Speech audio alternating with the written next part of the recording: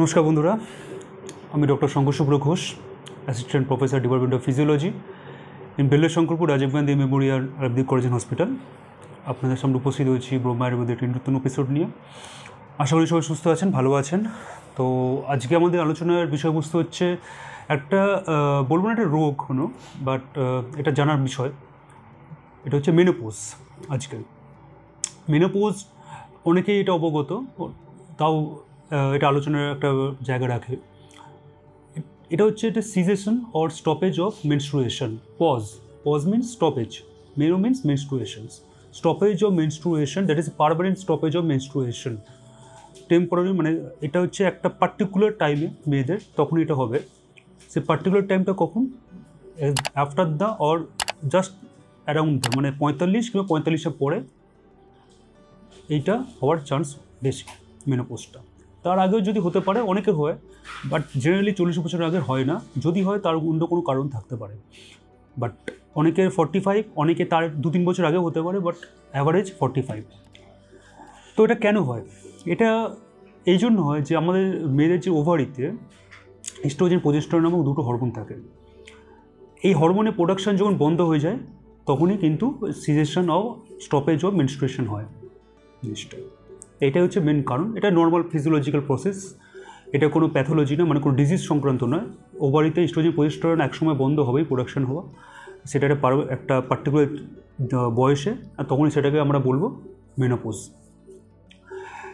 কী কী এটা সিমটমস হতে পারে যখন কারণ মেনোপজ, মানে মেনোপোজাল সিমটম আমরাকে বলি। প্রি মিনস আগে, menopausal means pre menopausal symptom, মানে মেনোপজ হওয়ার আগে যে সিমটমসগুলো থাকে। তো কী কী হতে পারে?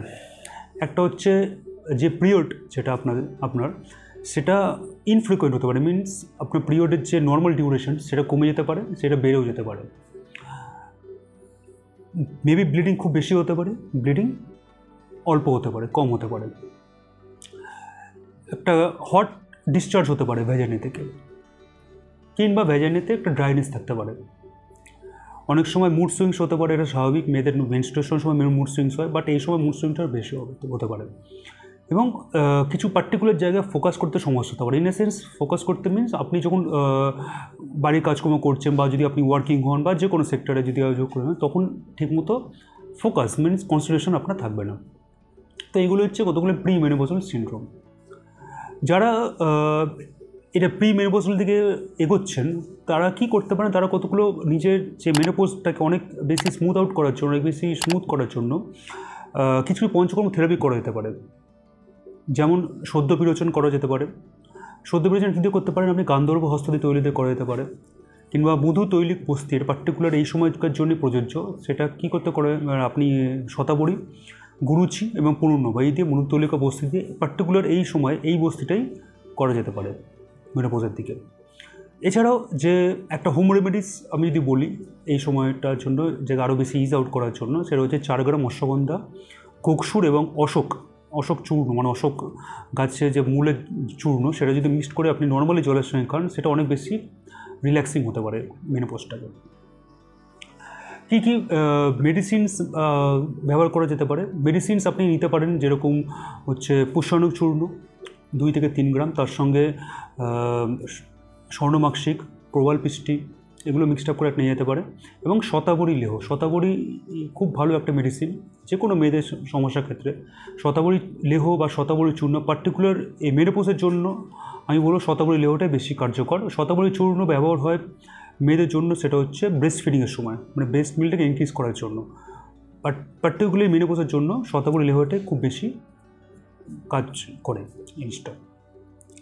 এর সঙ্গে কিছু আপনি নর্মালি ডায়েট মেনটেন করতে পারেন, যেটা খুবই দরকার। সেটা হচ্ছে আপনি নিউট্রিশিয়াস ডায়েট মিনস যেগুলো প্রোটিন জাতীয় খাবার সেগুলো বেশি করে খাবেন, গাজর, দুধ, ঘি এগুলো। এবং চেষ্টা করবেন এই সময় একটা কড লিভার অয়েল ক্যাপসুল খাওয়ার, যেটা হচ্ছে কড লিভার অয়েল ক্যাপসুল বাজারে নর্মালি মার্কেটে কিনতে পাওয়া যায়। আর সি ফুড যারা অ্যাফোর্ড করতে পারবেন তারাও অনেক সময় সি ফুড খেতে পারেন।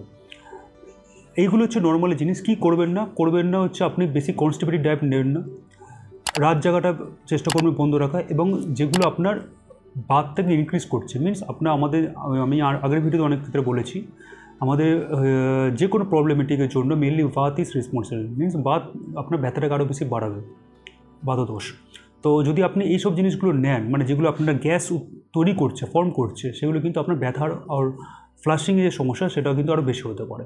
তো আমি অ্যাডভাইস করবো যেগুলো আপনার গ্যাস্ট্রাইটিসের সমস্যা বা ফাস্ট ফুড এগুলোকে এড়িয়ে চলুন, আর যেগুলো আমি বললাম সে নর্মালি আপনি করতে পারেন যদি পারেন। তো এই সময়টা অ্যাপ্রোচ করতে কোনো মেয়েদের সমস্যা হওয়ার কথা নয়। আশা করি আপনাদের আজকে এপিসোডটা ভালো লেগেছে, আপনারা কিছু জানতে পেরেছেন, আমি কি জানাতে পেরেছি আপনাদের।